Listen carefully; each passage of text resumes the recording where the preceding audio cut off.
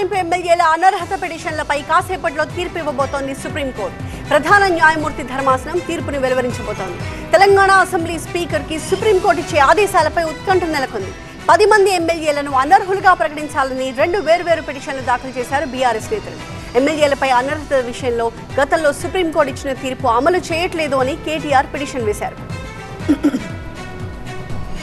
ఫిరాయింపుల విషయంలో గతంలో కోర్టు నుంచి నోటీసులు అందిన సమయంలో కొందరు ఎమ్మెల్యేలు తమ వాదనలపై అఫిడవిట్లు సమర్పించారు. తాను బీఆర్ఎస్ పార్టీతోనే ఉన్నానని, కాంగ్రెస్ లో చేరినట్లు దుష్ప్రచారం చేస్తున్నారని ఎమ్మెల్యే బండ్ల కృష్ణమోహన్ రెడ్డి కోర్టుకు తెలిపారు. ఫ్లెక్సీలు, బ్యానర్లలో తన ఫోటో దుర్వినియోగం చేశారని, దానిపై పోలీసులకు ఫిర్యాదు చేశానన్నారు.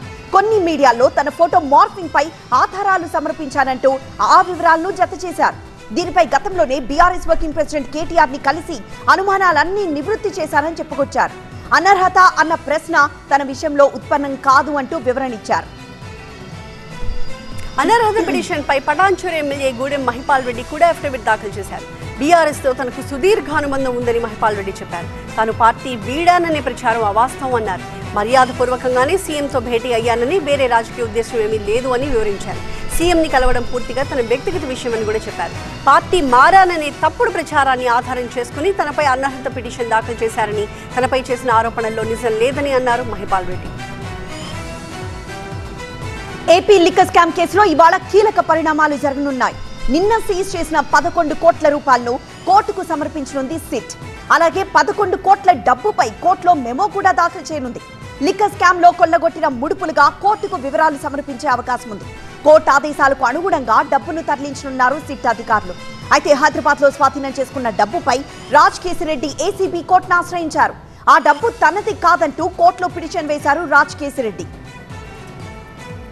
ఇవాళ హెచ్సీఏ నిందితుల బెయిల్ పై విచారణ జరగబోతోంది. మల్కాజ్గిరి కోర్టులో పిటిషన్ వేశారు నిందితులు. గతంలో 3 నిందితులకు బెయిల్ మంజూరు చేసింది కోర్టు. జగన్మోహన్, సునీల్, దేవరాజ్ బెయిల్స్ పై నేడు వాదనలు జరగబోతున్నాయి. గొర్రెల పంపిణీ కేసులో ఈడీ దర్యాప్తు వేగవంతం చేసింది. ఈడీ కార్యాలయంలో మాజీ ఓఎస్డీ కళ్యాణ్ ను విచారించనున్నారు. లబ్ధిదారులకు చెల్లించాల్సిన డబ్బులను ప్రైవేట్ వ్యక్తుల ఖాతాలకు మళ్లించినట్లు గుర్తించారు ఈడీ అధికారులు. ఇందులో ప్రైవేట్ వ్యక్తులను భాగస్వాములు చేశారు కళ్యాణ్. అప్పటి సీఈఓ రామచందర్ ప్రైవేట్ వ్యక్తులతో కలిసి 2 కోట్ల 10 లక్షల రూపాయలను పంచుకున్నాడు మాజీ ఓఎస్డీ కళ్యాణ్. గొర్రెల పంపిణీ పథకంలో అవినీతి జరిగినట్లు గుర్తించారు. తాడేపల్లి నుంచి నెల్లూరు జిల్లాకి బయలుదేరి వెళ్లారు జగన్. హెలికాప్టర్లో బయలుదేరారు ఆయన. సెంట్రల్ జైల్లో రిమాండ్ ఖైదీగా ఉన్న కాకాణితో జగన్ ములాఖాత్ అవుతారు. అనంతరం నల్లపురెడ్డి ప్రసన్న కుమార్ రెడ్డి ఇంటికి వెళ్లి అక్కడ పరామర్శిస్తారు. ఇటీవల ఆయన ఇంటిపై ప్రత్యర్థులు దాడి చేసి ధ్వంసం చేశారు. ఈ పర్యటనలో హెలిప్యాడ్ వద్దకి తన 10 మందిని మాత్రమే అనుమతిస్తామని, భారీ ర్యాలీ చేయొద్దని వైసీపీ నేతలకు నోటీసులు ఇచ్చారు పోలీసులు. జగన్ నెల్లూరు పర్యటనపై పోలీసుల ఆంక్షలను ఖండించారు మాజీ మంత్రి అనిల్ కుమార్. వైసీపీకి పోరాటాలు కొత్తేమీ కాదన్నారు. జగన్ ప్రజాదరణను జీర్ణించుకోలేకనే ఆంక్షలు పెడుతున్నారన్నారు. కేసులు, జైళ్లకు వైసీపీ కార్యకర్తలు భయపడబోరన్నారు అనిల్. జగన్ నెల్లూరు పర్యటనపై ఆంక్షల్ని ఖండించారు మాజీ డిప్యూటీ సీఎం అంజాద్ బాషా. వైసీపీ హయాంలో ఇలాగే ఆంక్షలు పెడితే కూటమి నేతలు అసలు రాష్ట్రంలో పర్యటించేవారా అంటూ ప్రశ్నించారు. తాము ఆంక్షలు కఠినం చేస్తే పవన్ పర్యటన సాధ్యమయ్యుండేదా అని నిలదీశారు. వైసీపీకి జన సమీకరణ చేయాల్సిన అవసరం లేదని, జగన్ ఎక్కడుంటే జనం అక్కడికి తరలి వస్తారని అన్నారు. జగన్ నెల్లూరు పర్యటనపై ఎమ్మెల్యే సోమిరెడ్డి విమర్శలు గుప్పించారు.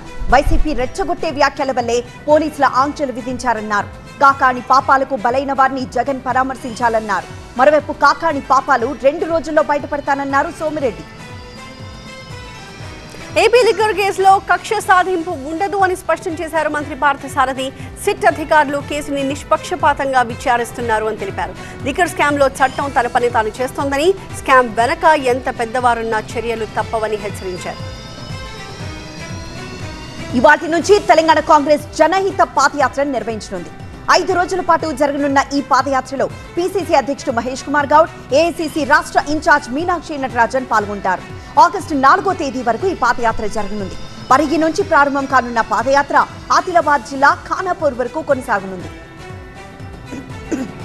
మంత్రి పొన్నం ప్రభాకర్ పై ఆగ్రహం వ్యక్తం చేశారు కాంగ్రెస్ నేత ఫిరోజ్ ఖాన్. జూబ్లీహిల్స్ ఉప ఎన్నికలో లోకల్ అభ్యర్థికే టికెట్ ఉంటుంది అని చెప్పడం సరికాదు అన్నారు. తాను కూడా ఉప ఎన్నిక రేసులో ఉన్నానని చెప్పారు. అజారుద్దీన్కి టికెట్ ఇస్తే తనకు ప్రాబ్లం లేదని, అలా కాకుండా ఇతరులకి ఇస్తానంటే మాత్రం బాగుండదని స్పష్టం చేశారు. అభ్యర్థి ఎంపికపై పొన్నం మాటలు ఆయన వ్యక్తిగతమా లేక హైకమాండ్ మాటలా అని క్వశ్చన్ చేశారు. బీసీ రిజర్వేషన్లపై ప్రభుత్వం తర్జన భర్జన పడుతోందన్నారు తెలంగాణ బీజేపీ చీఫ్ రామచంద్రరావు. మతపరమైన రాజకీయ రిజర్వేషన్ల పేరుతో బీజేపీపై బురద జల్లుతోందన్నారు. ప్రభుత్వం బీసీలకు ప్రకటించిన 42% రిజర్వేషన్లలో 10% ముస్లింలకు ఇవ్వడాన్ని మరోసారి వ్యతిరేకించారు. మావోయిస్టులు వారోత్సవాలకు పిలుపునిచ్చిన నేపథ్యంలో పోలీసులు అలర్ట్ అయ్యారు. చెర్ల మండలంలో నిర్వహిస్తున్న ఇసుక ర్యాంపుల లోడింగ్ సాయంత్రం 4 గంటల నుంచి నిలిపేయాలి అంటూ ఆదేశించినట్టు పోలీసులు చెప్పారు. ఛత్తీస్గఢ్ రాష్ట్రం నుంచి తెలంగాణ సరిహద్దులోకి వాహనాలపై వచ్చే వారి వివరాలు సేకరిస్తూ సరిహద్దు రహదారులపై గట్టి నిఘా ఏర్పాటు చేశారు. కొత్త వ్యక్తులు ఎవరైనా గ్రామాల్లోకి ప్రవేశిస్తుంటే పోలీసులకు సమాచారం ఇవ్వాలని కోరారు. అన్నమయ్య జిల్లా రైల్వే కోడూరులో రైతులు ధర్నాకు దిగారు. బొప్పాయి పంటకు గిట్టుబాటు ధర కల్పించాలంటూ ప్రధాన రహదారిపై ఆందోళన నిర్వహించారు. దీంతో కొద్దిసేపు రోడ్డుపై భారీగా వాహనాలు నిలిచిపోయాయి. వ్యాపారులు కుమ్మక్కై కేజీ బొప్పాయి 16 రూపాయలుండగా ఇప్పుడు 7 రూపాయలకు తగ్గించారంటున్నారు. కనీస మద్దతు ధర ఇవ్వాలంటూ రోడ్డుపై గడ్డిని తగలబెట్టి నిరసన తెలిపారు రైతులు. గుంటూరు జిల్లా వెంకటపాలెంలో సుప్రజ మహిళా సంఘం డ్వాక్రా గ్రూప్లో డబ్బుల గోల్మాల్ వ్యవహారం బయటపడింది. గ్రూప్ లీడర్స్, యానిమేటర్ ముగ్గురు కలిసి నెలవారీగా చెల్లించే నగదుని స్వాహా చేసేశారు. దీనిపై తుళ్లూరు పోలీస్ స్టేషన్లో ఫిర్యాదు చేశారు బాధితులు. తాము 20 లక్షల లోన్ తీసుకుని 36 నెలల్లో చెల్లించామని, అయితే మరో 15 లక్షలు చెల్లించాలని నోటీసులు వచ్చాయని చెప్తున్నారు బాధితులు. తాము చెల్లించిన డబ్బులు ఎక్కడికి వెళ్లాయో అర్థం కావట్లేదంటున్నారు. గ్రూప్ లీడర్స్ మందపాటి దివ్య, బొడ్డు సలోమి, యానిమేటర్ కలిసి తాము చెల్లించిన నగదుని దోచేశారని ఆరోపించారు. మంచిర్యాల జిల్లా జన్నారం మండలంలోని కలమడుగు కేంద్రంగా పెద్ద ఎత్తున సైబర్ కుట్రలకు పాల్పడుతున్న ముఠా గుట్టు రట్టు చేశారు పోలీసులు. కేంద్ర నిఘా వ్యవస్థ హెచ్చరికలతో అలర్ట్ అయిన జిల్లా పోలీసులు కార్డన్ సర్చ్ చేపట్టి 4 సభ్యుల ముఠాను పట్టుకున్నారు. మారుమూల గ్రామంలో ఇంటర్నేషనల్ రేంజ్ లో ఓ సైబర్ సెటప్ చేసుకుని మోసాలకు పాల్పడుతున్న తీరును చూసి పోలీసులు షాక్ కి గురయ్యారు. నిందితుల వద్ద నుంచి 350 సిమ్లు, టాస్క్ బాక్స్లు, సిమ్ IMEI నెంబర్లను మార్చే న్యూ టెక్నాలజీ పరికరాలను, ల్యాప్టాప్లను సీజ్ చేశారు పోలీసులు. ముగ్గురును అరెస్ట్ చేసిన పోలీసులు కీలక నిందితుడి కోసం గాలింపు చర్యలు చేపట్టారు. శ్రీశైలం జలాశయానికి వరద కొనసాగుతోంది. 8 గేట్లు 10 అడుగుల మేర ఎత్తి నీటిని దిగువకు వదులుతున్నారు. శ్రీశైలం కుడి, ఎడమగట్టు జల విద్యుత్ కేంద్రాల్లో విద్యుత్ ఉత్పత్తి పూర్తి స్థాయిలో కొనసాగుతోంది. ప్రాజెక్టు దగ్గర ఇన్ఫ్లో 2,93,609 క్యూసెక్లుగా ఉండగా అవుట్ఫ్లో 2,82,502 క్యూసెక్లుగా ఉంది. నాగార్జున సాగర్ ప్రాజెక్ట్ కి ప్రవాహం కొనసాగుతోంది. ఇన్ఫ్లో 2,56,453 క్యూసెక్లుంటే అవుట్ఫ్లో 2,96,522 క్యూసెక్లుగా ఉంది. జలాశయం పూర్తి స్థాయి నీటి మట్టం 590 అడుగులు. ప్రస్తుతం 585 అడుగులకు చేరుకుంది నీరు. మహారాష్ట్ర, కర్ణాటకలో కురుస్తోన్న వర్షాలతో తుంగభద్ర ప్రాజెక్టుకి వరద నీరు పోటెత్తుతోంది. ఇన్ఫ్లో 52,000కు పైగా క్యూసెక్లుండగా అవుట్ఫ్లో 51,865 క్యూసెక్లుగా ఉంది. ప్రస్తుత నీటి మట్టం 1,624 అడుగులకు చేరింది.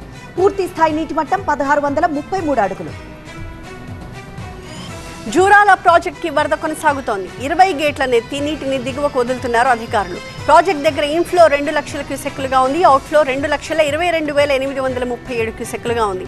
పూర్తి స్థాయి నీటి మట్టం 318 అడుగులైతే ప్రస్తుతం 317 వరకు మనకి నీరు కనిపిస్తోంది. మరో కొత్త పథకాన్ని తీసుకురాబోతోంది కేంద్ర ప్రభుత్వం. ప్రధానమంత్రి వికసిత్ భారత్ రోజ్గారీ యోజన పథకాన్ని రేపు మోదీ ప్రారంభించనున్నారు. కొత్తగా ఉద్యోగంలో చేరే వాళ్లకు ఈ పథకం ఎంతగానో ఉపయోగపడుతుందని సంగారెడ్డి EPF రీజనల్ కమిషనర్ తెలిపారు. నెలకు 1,00,000 లోపు ఆదాయం పొందే ఉద్యోగులు ఈ పథకానికి అర్హులని వెల్లడించారు.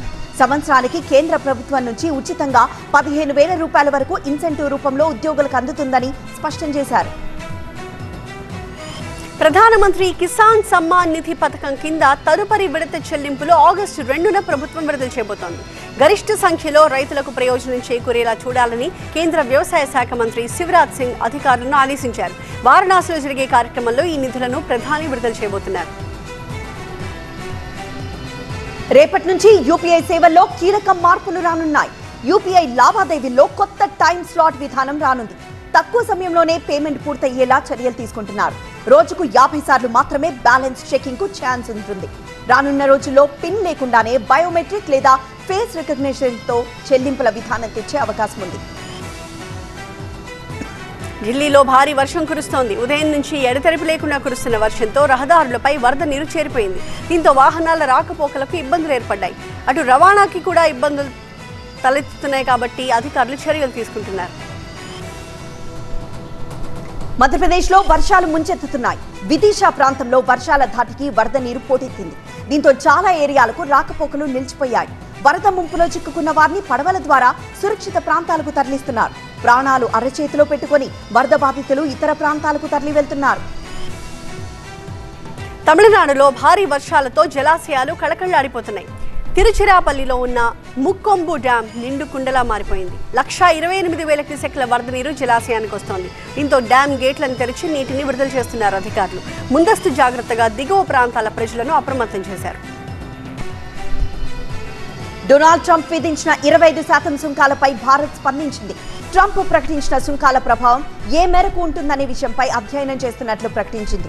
ఆ వ్యవహారంలో జాతీయ ప్రయోజనాలను కాపాడుకునేందుకు అవసరమైన అన్ని చర్యలు తీసుకుంటామని క్లారిటీ ఇచ్చింది. రైతులు, ఎంఎస్ఎంఈ వర్గాలను కాపాడేందుకు అన్ని చర్యలు తీసుకుంటామని కేంద్ర ప్రభుత్వం చెప్పింది. టాలీవుడ్ సీనియర్ హీరో నాగార్జునకి జపాన్లో భారీ ఫ్యాన్ ఫాలోయింగ్ క్రియేట్ అయింది. బ్రహ్మాస్త్ర సినిమాతో జపనీస్కి దగ్గరైన నాగ్ కుబేరతో కూడా అక్కడి ప్రేక్షకుల్ని మెప్పించారు. అందుకే జపనీస్ నాగ్ని నాగ్ సామా అని ప్రేమగా పిలుచుకుంటున్నారు. త్వరలో రిలీజ్కు రెడీ అవుతున్న కూలీ సినిమాని కూడా జపాన్లో భారీగా రిలీజ్ చేయడానికి ప్లాన్ చేస్తున్నారు.